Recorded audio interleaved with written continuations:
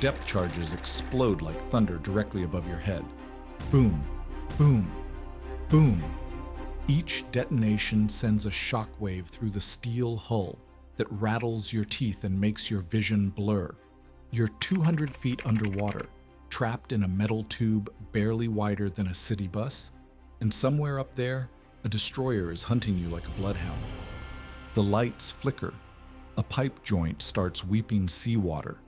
In the suffocating darkness, 48 men hold their breath as one, listening to the screws of the enemy ship pass overhead with that unmistakable thrum, thrum, thrum that every submariner learns to fear.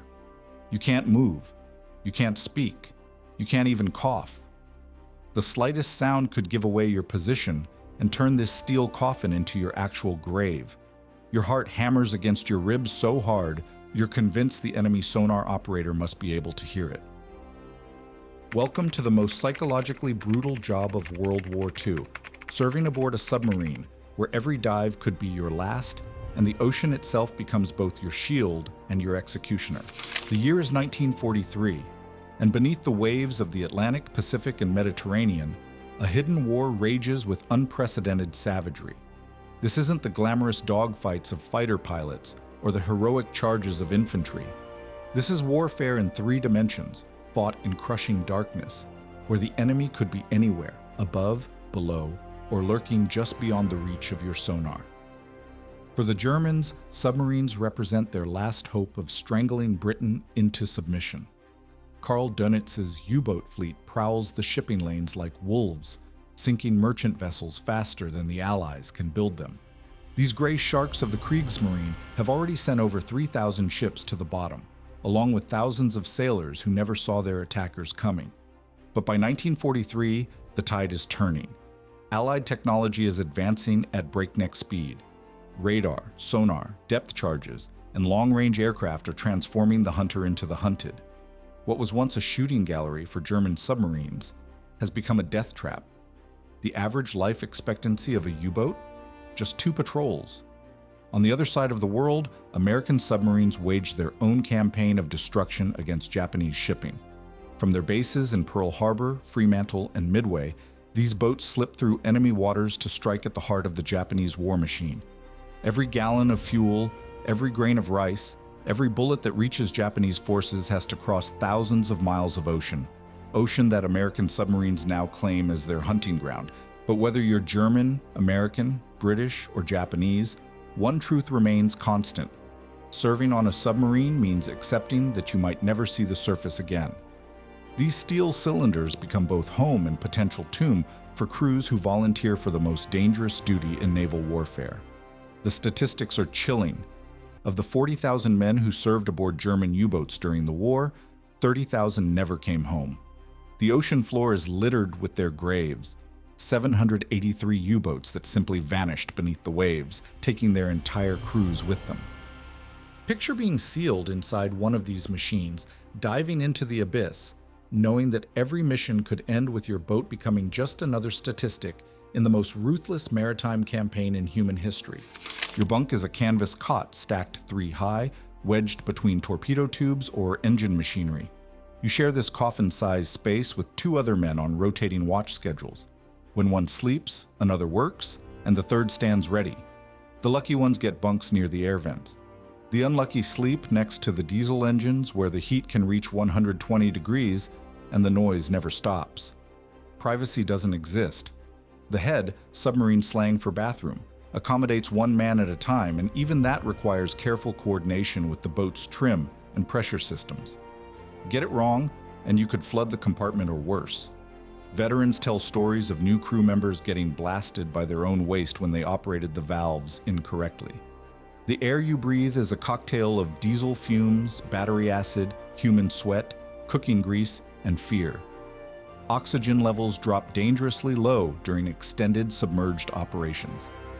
Carbon dioxide builds up until men gasp for breath and develop splitting headaches. The air recycling systems work over time, but they can't eliminate the smell of 80 unwashed bodies living in a steel tube. Your job depends on your specialty, but every man is cross-trained for emergencies. Torpedo men maintain and load the boat's primary weapons, 21-inch fish weighing nearly 2 tons each. Machinist mates keep the diesel engines and electric motors running. Radiomen intercept enemy communications and maintain contact with base. Sonarmen strain their ears for the telltale sounds of enemy ships or the approaching screws of a destroyer. But everyone shares certain duties.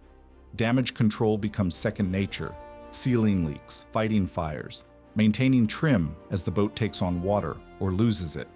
You learn to move in absolute silence during depth charge attacks, communicating only through hand signals. You master the art of hot bunking, sliding into a rack still warm from the previous occupant. The psychological toll accumulates like carbon monoxide, invisible but deadly.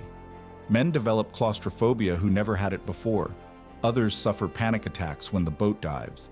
Some crack completely, requiring sedation or restraint. The lucky ones get transferred to surface ships. The unlucky ones endure patrol after patrol, watching their nerves fray a little more each time they hear the klaxon dive alarm. Sleep becomes elusive. Even when exhausted, you lie awake listening to every creak, every groan, every unfamiliar sound the boat makes. Because you know that beneath your steel sanctuary lies 2 miles of crushing black water, and the only thing between you and that abyss is the skill of your crew and the integrity of your hull. Death stalks a submarine crew from every direction, wearing 1,000 different faces. The ocean itself is an enemy that never sleeps, never forgives, and exploits every weakness with ruthless efficiency. Depth charges represent the most psychologically devastating threat. These 300-pound canisters of explosives detonate at preset depths, creating underwater shockwaves that can crush a submarine's hull like an empty beer can. The USS S-44 learned this lesson the hard way when Japanese destroyers caught her on the surface. Depth charges rained down for 6 hours. When the explosions finally stopped, only 2 men survived to tell the tale of how their boat broke apart in sections, flooding compartment by compartment as trapped sailors screamed for help that never came. Ramming attacks turned submarines into twisted metal coffins. The Japanese destroyer Fubuki sliced through the USS Corvina in November 1943, cutting the boat in half. 82 men died instantly as seawater rushed in through the massive breach. No one had time to even sound the alarm. Aircraft present a different nightmare. You're running on the surface, recharging batteries when suddenly a B-24 Liberator appears on the horizon. The klaxon screams. 40 seconds to dive before those depth charges start falling. The bridge watch tumbles down the hatch. Someone's not going to make it. The decision haunts every captain. Wait for the last man and risk everyone, or dive immediately and sacrifice one to save the rest. But enemy weapons aren't the only killers lurking in the depths. A submarine is essentially a collection of thousands of ways to die, held together by welds and wishful thinking. The USS Squalus found this out during a test dive in 1939 when a valve failed catastrophically. Water flooded the engine room in seconds. 26 men drowned before the watertight doors could be sealed. The survivors spent 40 hours on the bottom, breathing poisoned air, listening to their trapped shipmates die just a few feet away. Battery explosions turned submarines into gas chambers. The massive lead-acid batteries that power the boat when submerged produce hydrogen gas. One spark from faulty wiring, damaged equipment, or even static electricity, and the entire forward battery compartment becomes a fireball. The USS Cochino lost 5 men when battery gases ignited off Norway in 1949. Survivors described the horror of trying to fight fires while wearing breathing apparatus in a steel tube filling with toxic smoke.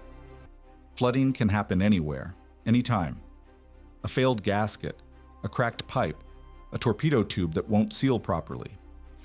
The USS Thresher was lost in 1963 when a piping failure caused flooding that led to reactor shutdown. She exceeded crush depth and imploded, killing all 129 souls aboard instantly. Debris scattered across the ocean floor told the story of a boat that simply couldn't surface fast enough. Sometimes the greatest enemy is inexperience. Green crew members make fatal mistakes. The wrong valve gets opened. A ballast tank control is thrown in the wrong direction. The USS 05 was lost when a crew member opened the wrong valve during a training dive, flooding the boat faster than pumps could compensate. Navigation errors in enemy waters prove equally deadly. The USS Grunion likely fell victim to this fate near Alaska when she attacked what her crew thought was a merchant vessel.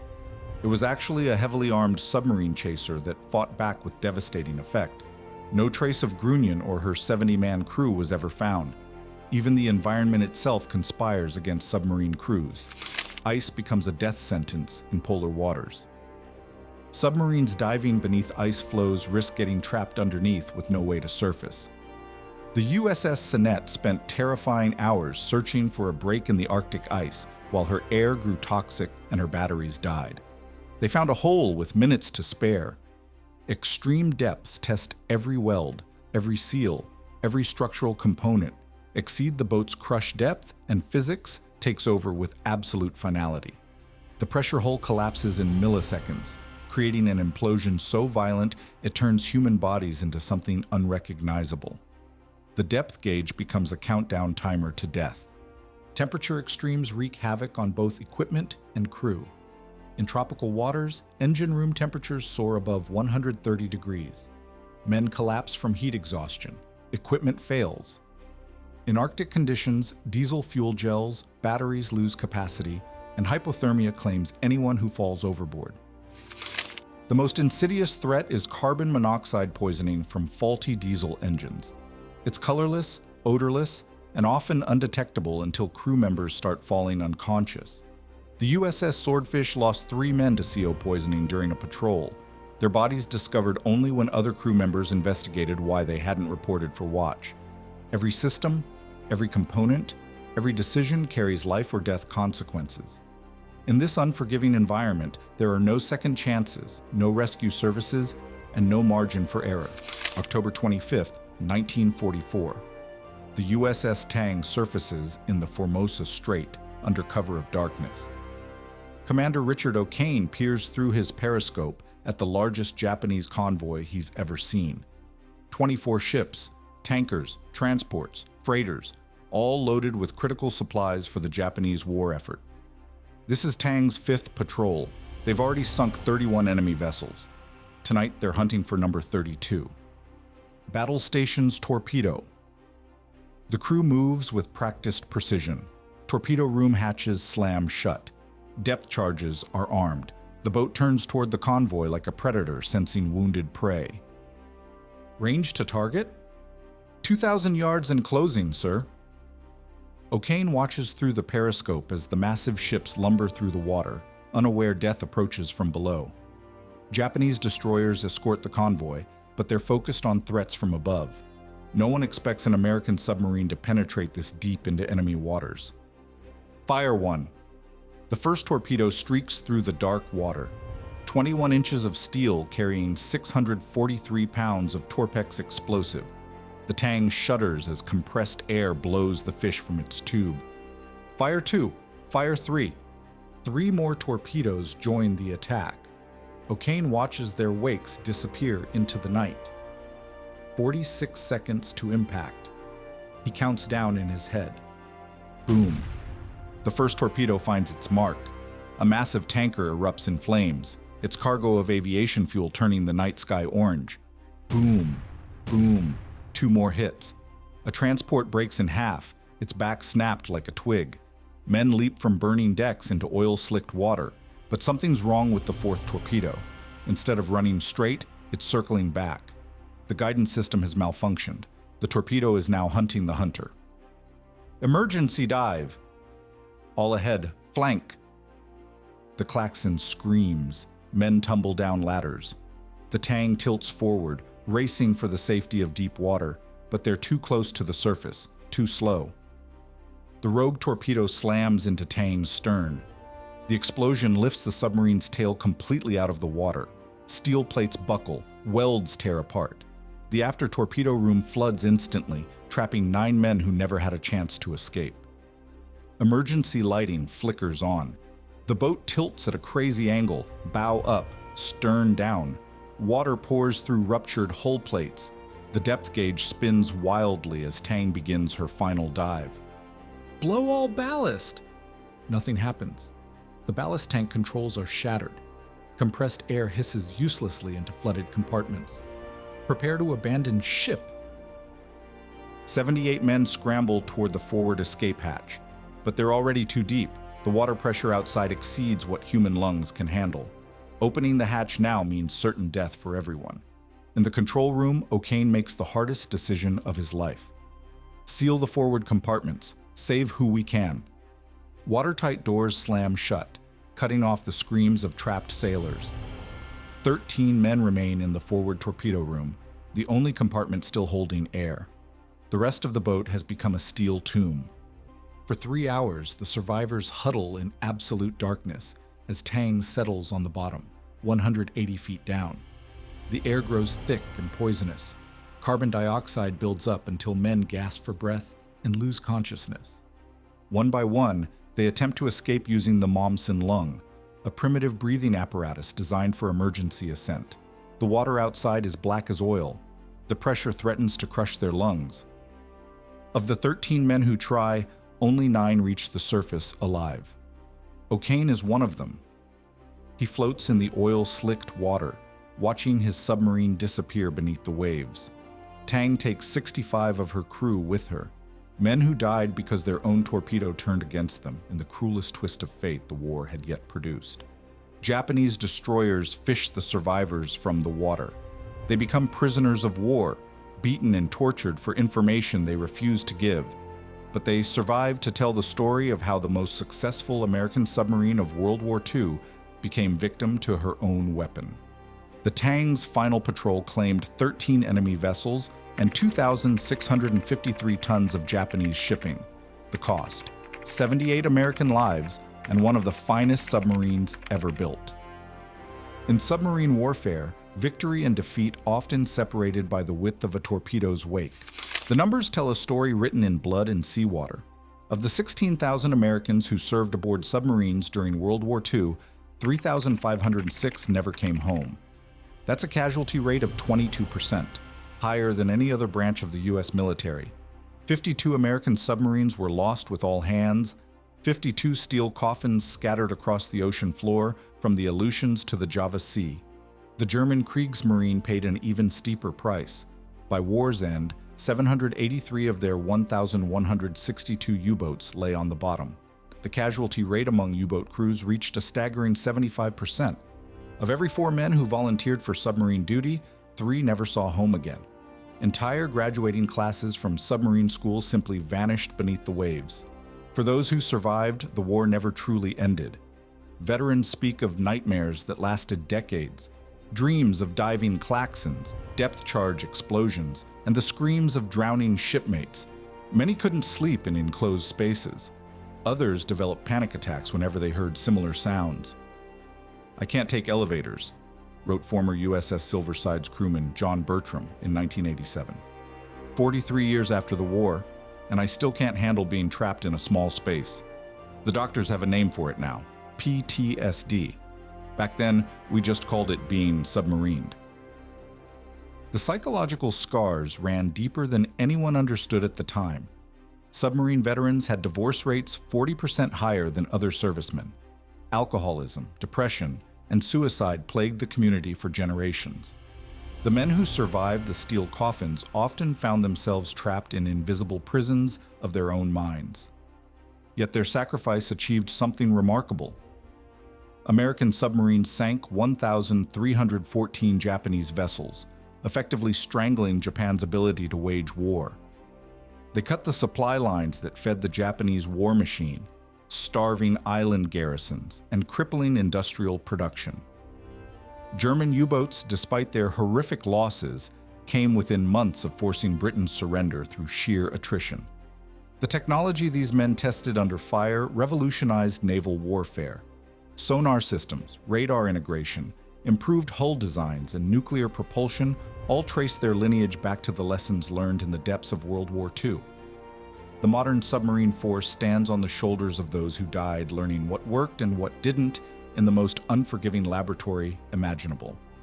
Perhaps most importantly, they proved that ordinary men could endure extraordinary circumstances. Factory workers from Detroit, farm boys from Iowa, college students from California.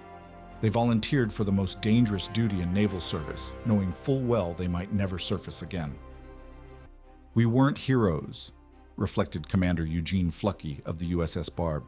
"We were just scared kids doing a job that somebody had to do.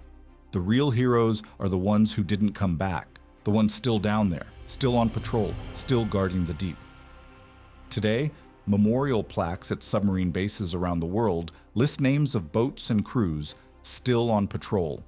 The USS Thresher, USS Scorpion, HMS Affray, and dozens of others. Their crews remain forever young, forever vigilant, forever sealed within their steel tombs beneath the waves. The ocean keeps its secrets, but it cannot diminish the courage of those who descended into its depths, knowing they might never return. The next time you're in a crowded elevator, count to 60. Feel the walls pressing in. Listen to the mechanical hum of the motors. Imagine that elevator is filled with the smell of diesel fuel, unwashed bodies, and fear. Now picture that elevator diving 200 feet underwater, with enemy ships hunting overhead and no way out except up. That's what they volunteered for, every single day. Somewhere on the ocean floor, 2 miles down in crushing darkness, the USS Wahoo rests with her crew of 80. They've been on patrol for 81 years now, still sealed inside their steel tomb, still keeping watch in the depths where sunlight never reaches. Their sacrifice bought victory, but at a price measured in young lives and shattered dreams. The submarine service demanded everything from these men: their comfort, their safety, their sanity, and far too often their lives. They descended into hell so the world above could remain free. The bravest warriors of World War II fought their battles in steel coffins, where courage was measured not in charges across open ground, but in the simple act of closing the hatch and diving into the abyss.